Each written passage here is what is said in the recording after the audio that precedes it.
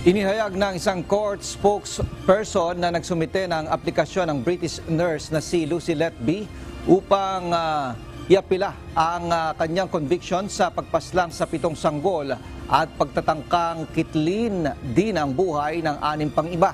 Guilty sa pagpatay sa 5 baby boys at 2 baby girls sa neonatal unit ng Countess of Chester Hospital sa Northern England ang hatol kay Letby noong nakalipas na buwan.